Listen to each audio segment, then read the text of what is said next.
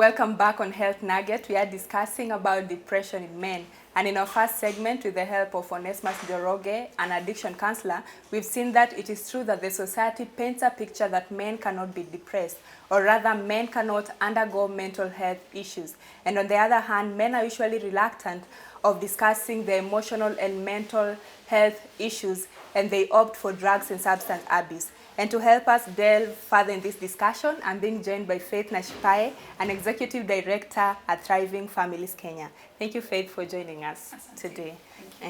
Maybe just before we start discussing about depression in men, it's so encouraging and motivating to see a lady behind the voices of men, that men can feel that the women are behind them. What motivated you into supporting men?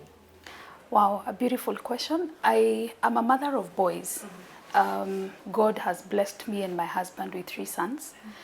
And there is so much that I have been able to see through the growth period that I've had, the growth seasons of my children. Again, I am a woman who is married to a man. I am a daughter of a father. I am a sister to 2 brothers. And I was also a daughter-in-law until my father-in-law passed on.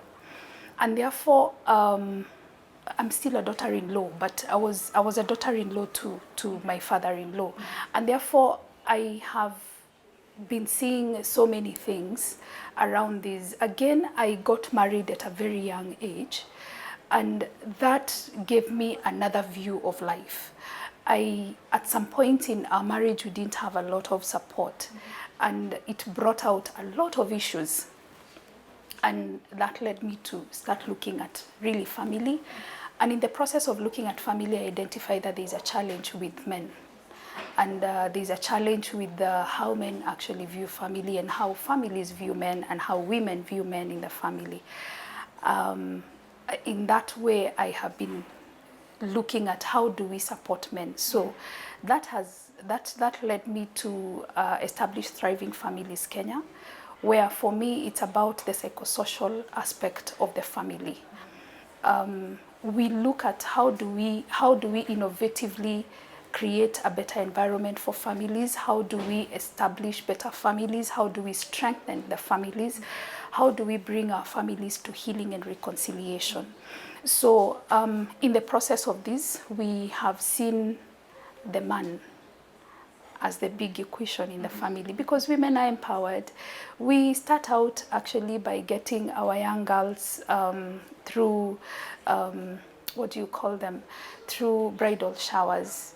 Babies come, they are given baby showers, but the young man is left like that. Nobody takes care of the man. Nobody tells the man how the road is going to be when he gets married.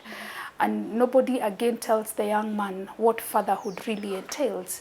He has to deal with his emotions of excitement and recovery of his bank account slowly and personally. He has to deal with a different environment where now his attention, the attention that the wife was giving him, is taken away, and he has to now start sharing attention with the child. And sometimes women actually completely switch to again attend to the child, because for them they are more connected to the child and they are also excited. But nobody understands this man. So, and that is just at the beginning of life. Then we come down to the development stages of this young man. Probably they've given birth to a child. And so, and this child is a boy. The woman, the way I am created and the way I was nurtured is the way that is best for me and by my parents. But now I have come in and I am taking a different coding, and I have to be a mother to this child. And I come out and I be a mother. And there's a lot of influence that I'm bringing on my son. And that is why it is important for a man to step in and be a father and be the model that he's supposed to be in the life of a child.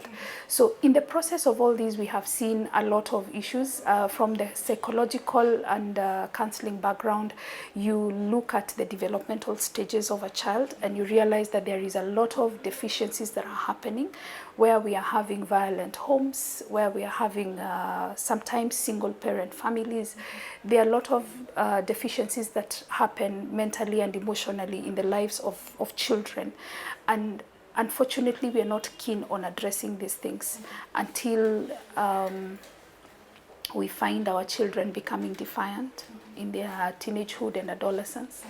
We find our children starting some kind of things that are not normal in our families, getting into the wrong kind of peer pressure, following the wrong kind of advices. So some of these things, we start seeing them as fruits, yet we are actually the people who sowed the seeds. Yeah, that is why for me, not just dealing with family as a whole, because many times we deal with family, we say that the woman is the backbone of the society. But as I was speaking to a few men, one man told me some time back that the man should be empowered and equipped to better protect the family. The word protect has too much. It is very, very heavy if we only decided to unpack it. Yes. So talking about emotions, of course, before this man grows into a man, he was a baby. And this, I'll say, phrase that people like using. Maybe I've used it, maybe you've used it, or maybe just someone else has used it, that a boy doesn't cry. When a mother is taking care of this son, he'll always be like, don't cry like a girl. What's your opinion on that? I will say that it is important for a human being to be human. Let us stop looking at men and boys as men and boys and as rocks and trees. Those are things that do not have emotions and they don't show anything. But a man is a human being. First, a man or a boy is human, just like I am. And therefore, the emotions that any human has are carried by a man and a woman and a boy. The same way a man would get hurt or angered or broken is the same way a woman will get broken. But how we interpret these and how we look at it beyond that is now, and how we culture the two different people to respond is what brings a lot of difference. Why so? Because in our cultures, most of our cultures, actually the world over, men speak last and men are not supposed to cry. But what we do not understand is that maybe that was his way of getting off that emotion, of relieving a sad emotion, just like a woman would cry. Women, we cry when we are happy and when we are also sad. So now the man is different. I have had stories of men who tell me, I was unable to cry in the presence of many people. So I went to my bedroom and I locked myself and I cried. That is healthy. That is healthy. I encourage my sons to cry. And do you think men, I'll say especially Kenyan men, are at that point where they can't cry? Let me not speak for men, but let me say that it is not so much about the cry. You know, when society looks at a man crying, it looks demeaning. But it is not about the cry. Me, I would tell men, ukitaka kulia, get into your bedroom, close, cry. Cry. Then wake up, wash your face, and face the world. Yes. We are talking about depression in men, yeah? So what do you think will depress a man? There's so many things that depress men. Yeah, whether it's let's say whether it's a boy, whether it's a teenager, whether it's that baby, or whether it's that married man. Let's say that we look at men in terms of, even from the word go, when we are raising our boys and our young men and when we are managing men, we don't look at men from an emotional perspective. In fact, there's a statement that says that men are factual, women are emotional. Remember we talked about men being human? So here we are, we have a man who has his emotions. He does not know how to express when he's happy or when he's sad. Why? Because he's been told that he's not supposed to express himself. When we take, let's start with a child who goes to hospital and he's getting an injection. And the mother is there telling the son, you're a man, you should not be crying. No, let the boy cry. He's feeling pain. You have inflicted pain on his body. Let him express his emotion. And when some of these things, when these men grow, knowing that you do not express your emotions, what happens? They bottle up. Just holding it in and holding it in and holding it in. So at the point where they reach a breaking point, it could be a position of depression because they don't know how to speak about it. They don't know how to express themselves, and that could be depressing. When a man goes out and there is a lot of weight of the world on his shoulders because his wife requires this and the children require school fees and there is rent to be paid, and probably the wife is not working, there is no much support from the family, and the wife, because of the situation, she's also a bit grumpy and screaming all the time. Then the man comes to this house, and outside there, he didn't get as much money.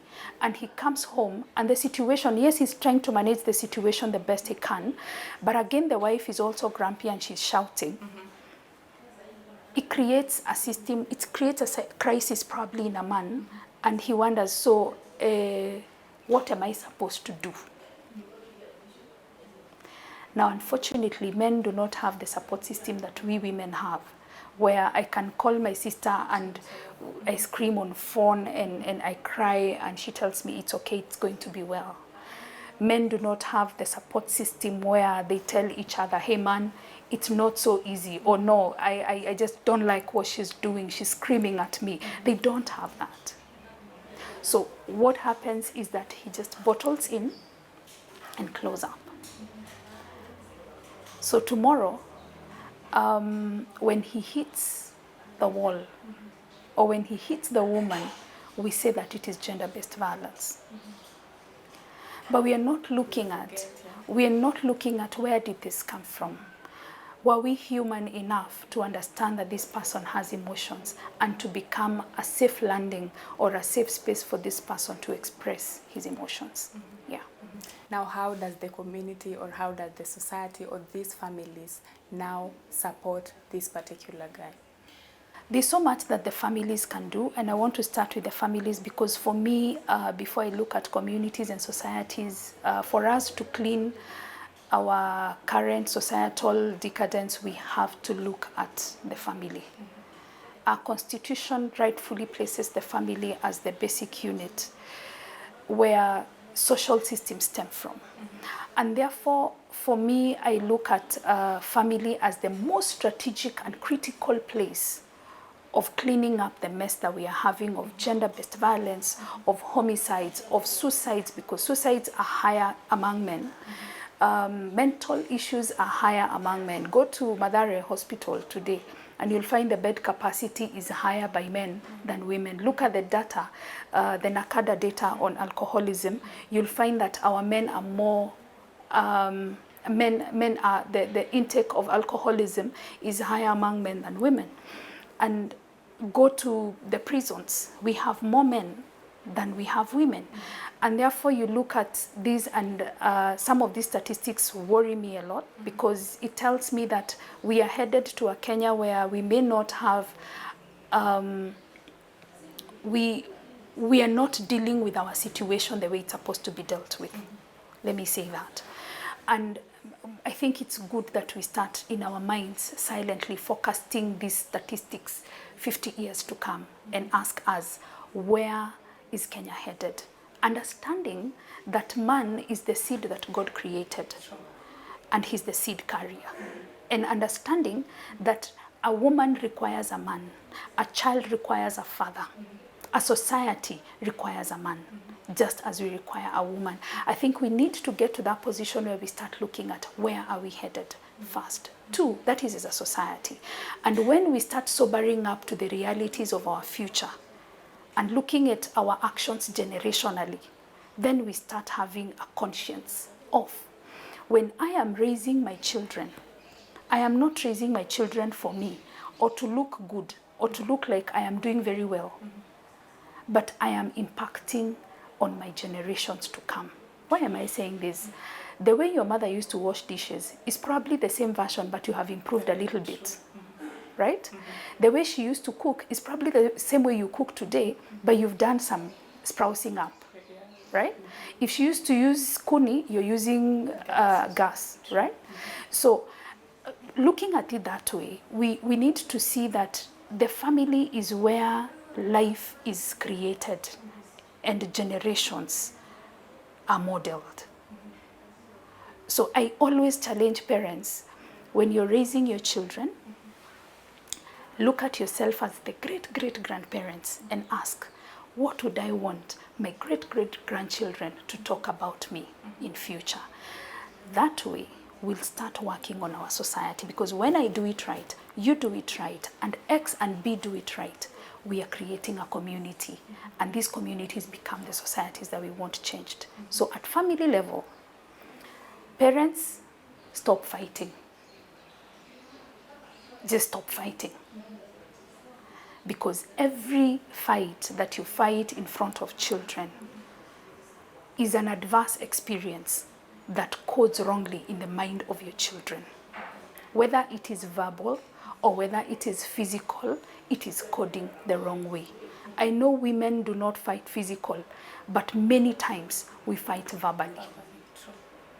And sometimes we are so mad, we don't even care when, at what time this response is coming out.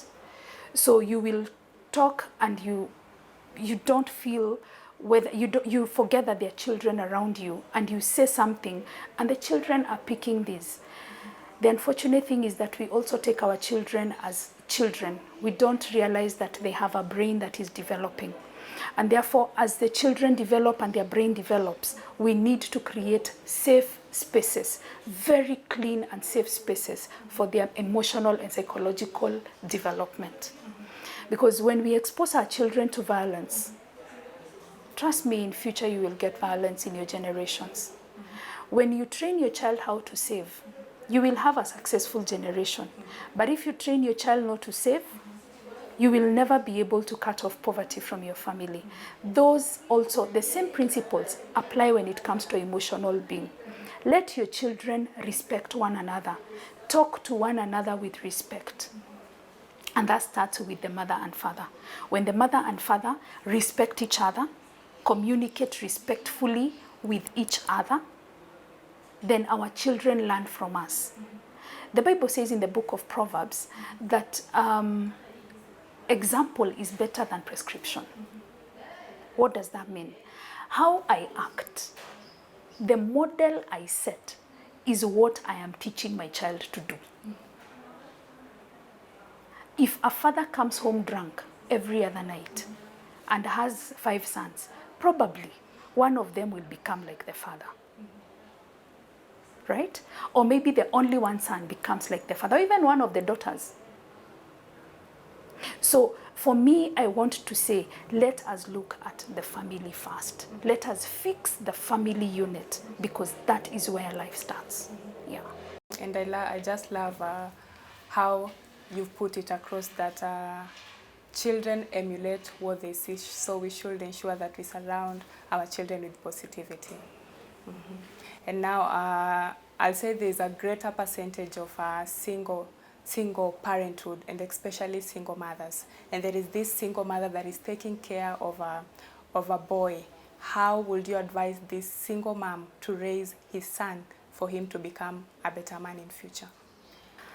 Wow, that is a very interesting question.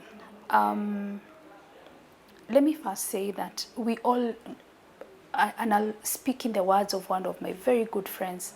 She said, we do not choose to become single mothers. not all women choose to become single mothers. So even as we deal with this, I like dealing with it with a lot of caution, because circumstances sometimes drive women to walk out of their marriages. Others, situations leave them widows at young ages. Others decide that they want to be single mothers and they start out life. Others, maybe they started life when they were a bit younger and it didn't work out very well, and they find themselves in these situations. So, cognizant of all these facts, some things also we also don't choose. We don't choose the sex of our children. God gives us children. So I think what I would tell every single mother is try and connect your child to a morally right male. It could be your father, it could be your brother, it could be an uncle, it could be a good family friend, but even that one is with a pinch of salt, with a lot of caution, because then it has to be agreed. And the terms have to be very clear. I also say this with a lot of caution, because sometimes we align to some people, or we align our children to some people, and there are things that we do not know about them, and they tend to hurt our children. We have boys who've been molested and sodomized and all these. So again, it's also very important to be careful of the people that we put our children under. Because one of my good mentors, and he's a man, and he's a worker among men, he has a passion to empower and equip men. He told me it takes a man to raise a man. So echoing his words, it's important to get these boys under the model, role modeling of a responsible character. But even as we do that, just be careful and watchful. Yeah. Mm-hmm.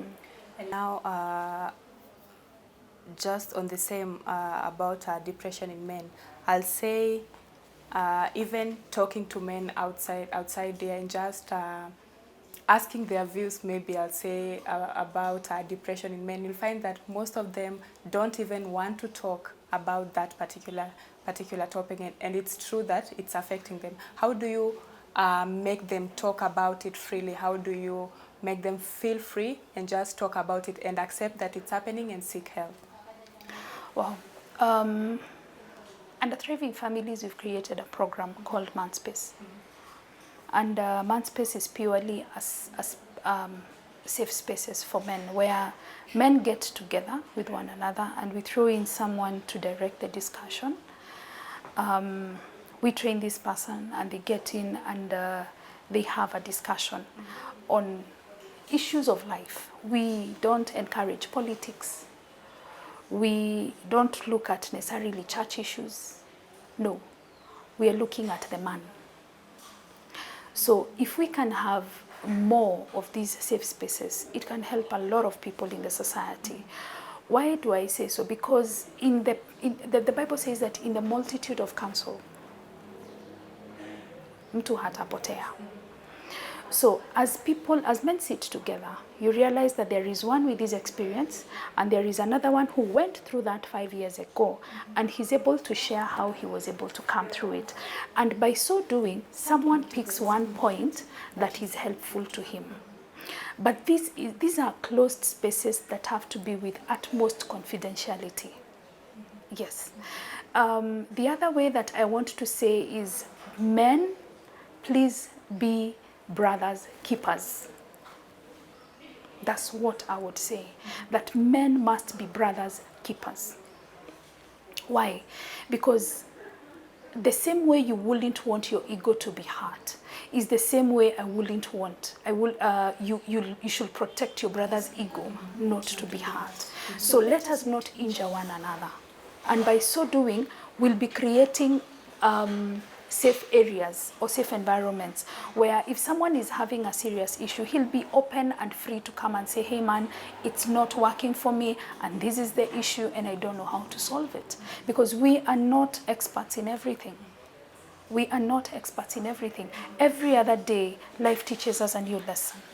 So unless we start interacting with one another, we realize that there is a challenge that you went through that I am going through right now, and you're able to guide me. And that is why God probably placed you in my life. And therefore, I look at a society, and I foresee a society where we'll one day wake up and men are brothers keepers. Men can cover each other. A man can go to another man, and a fellow man, and say, man, enye leo nimetafuta nimeishiwa. I need just money to buy breakfast and redeem my name in my house, you know. Or he says, my house has no food. And someone from nowhere comes and he's a brother and tells him, hey man, I have your back. You know. Or another one comes and says, my son is going through this kind of stage in life. I don't know how to deal with it. And probably this person is a little bit older and he's able to tell him, okay, this is what happened with my son, and maybe you can do it this way. Or maybe you can find some wisdom on how to, because again, our situations are different, our lifestyle is different, so we may only pick one thing and add to another and have a complete set of solutions in our lives. So I want to encourage men to be supporters. Then I also want to encourage women. When I speak to men, they say our stories are coming from women. And women say our problems are coming from men. And I think we do not understand how we operate as people. Men do not understand how women think, and they don't also understand the emotional being. Same way, women ignore that men have emotions, and sometimes they are a bit wachokozi kidogo, ku-strike ego. Not understanding that sometimes you might be dealing with an ego that was crushed at some point, and this person has worked so hard to build it up, and then this just happens. Simple things. If a man discovers that a woman is cheating, that breaks him completely. It does. Because the same way a woman has invested in a marriage, the same equal measure, probably even more, that the man has invested in a marriage. So you find that this man feels helpless, and because he does not know how to express, what happens? I am not advocating for some things to happen in the society. I am only saying, let us be careful and mindful of one another. I want to believe that if in Kenya we became humans for human, then we would be solving a lot of issues. Because I would be careful of what I tell you. I would be careful of how I react to situations. I would be careful to listen to you even when you're making noise. Because probably in your noise, there is a statement that you're trying to bring across. Yes. Yeah. And maybe how do you spot depression? Because I'll say, especially in the current world, you'll hear that someone committed suicide, and that's when it will reoccur to you that maybe I missed a call from this particular guy, or this particular guy was trying to tell me something, but I did not get it. How do you spot that this particular person is depressed, even without them telling you that I'm stressed or I'm depressed? Many times people close out. They don't want to talk. You realize that someone is just quiet. You'll send messages and probably they don't even respond. You call and they're like, no, I'm okay, I'm well, I'm fine. Others, it is the eating habits. Things just change. Their eating habits change. Probably you eat together. They decide, I'll eat at my own time, or they pick their food and go to their bedroom. Others are men. Some men end up drinking and becoming serious alcoholics out of depression. You started out in a marriage with a man who does not drink, and then he starts drinking, and it becomes something that is, you can actually trace it. that at this point he was having some level of stress and he started drinking. Other times he closes out from his friends. He's a happy-go-lucky person out there, have a fun-loving person, but now he's starting to mellow down and close down. And he's not at that age where men mellow down in their 50s and becoming senior, you know. There is a difference. Or maybe he starts selling off valuables or giving away valuables with no apparent reason. Then you start realizing that these are things that can, these are patterns. When you notice a certain pattern, then you start querying, and you don't query in a way of attack. First you get closer, because if you're a wife, listen more, just cool down. Kama unapiganga kelele, tuliza kelele kwanza. It might be that is the noise that is making this man want to commit suicide. It could be anything. It could be the noise is a trigger. It could be not necessarily because she's making the noise, but it's a trigger to something. Then again, men do not like seeking help. So it's good to look at how exactly do we approach this? How do we approach this? And if harm has been caused by a woman, if a man has caused me harm, why would I go to a fellow man to look, to another man to look for help? Many times I would prefer a woman because I would think that she will understand me better.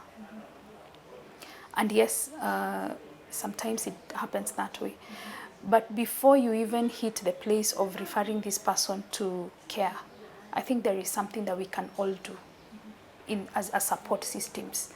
When you notice some of these things, probe them, ask, hey, you're not eating well nowadays, is there a problem?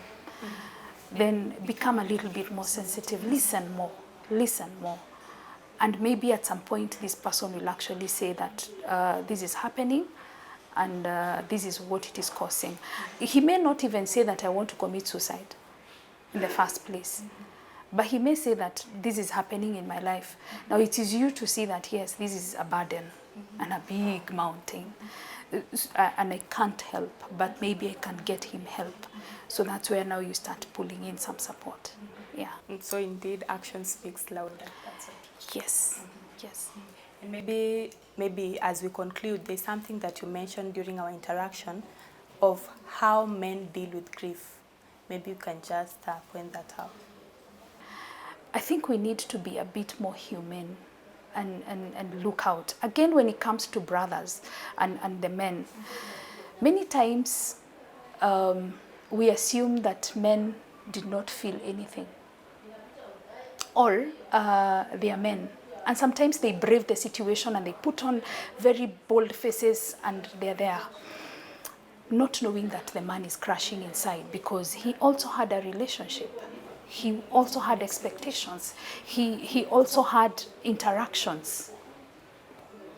And so he has also lost. He had big expectations and probably plans, and he was getting warmed up and excited about this. And he's just lost. Then we forget that even the man goes through grief and loss. And many times when we go for some of these moments of just standing with a family, we are not even careful to just check on the guy and ask, hey man, are you okay? How are you doing? No, we are not careful to do that. But the woman, we are going to shoulder her, we are going to tell her it's going to be well, and we are there. We're there to comfort her. But when it comes to the man, he is neglected. So what does this man do? Sometimes they end up in alcoholism. Sometimes they close in and they end up in depression. I want to encourage men to stand with men. When you hear that a brother has lost, whether a child, whether a wife or whoever, just stand with him. Sometimes it's not so much about saying anything. Sometimes it's just being there. I have a friend who they have a meeting of men. He's a little bit elderly, and there's one of the members of the group. His son had gotten a rare kind of infection and had been in hospital for a very long time. The bills were so high. And so when he heard about it, he's the chair of that meeting. When he heard about it, he told the guys, you know what, men, we cannot be brothers if we're not standing with this man. So what we're going to do is that we're going to do a contribution. Then after they did the contribution, they did a meeting for this man. And they told him, hey, just get out of your space. Come and be with us. And they spent a whole evening with the gentleman, just listening to him. What are you going through? How is it? So is that a good support system? Yes. It was not about, they gave him, we know you have what it takes to deal with this bill. Yes, thank you, but we are standing with you. It is not so much of how much you give or how much someone can manage. It is the thought that I have people who are standing with me sometimes that really counts. So when someone is going through problems or someone is going through griefs, men, stand with your brothers. Don't walk away. Yes. And maybe just your parting shot to our viewers. Maybe you can encourage that man, encourage that someone that feels like maybe he's sinking into depression. Maybe just your word to them. I want to tell every man out there that you are very important and that God created you with a purpose. And if you're doubting your importance, then why do you have children? If you're doubting your importance, why did that woman that you think that she's too much for you, why do you think she first trusted you in the first place? And why do you think that she still holds on to that relationship? And therefore, I want to encourage every man and tell you that you are important. You are the best father that your children can ever have and will ever have. And that in life, we have seasons. What you're going through is just but a season. All we need to do is look at our seasons, interpret our seasons, and plan for the next season. And when you plan for the next season, please remember to keep to your plan and follow through. Always have a vision, because when a man is visionless, then things don't just work. Thank you so much, and God bless you. Thank you so much, Faith, for joining us today. You're welcome. So as we've heard, men, please be your brother's keeper. And for the society at large, let's embrace the boy child. It's bye for now. Until next time, I'm Aida Munzati, and as always, your health matters.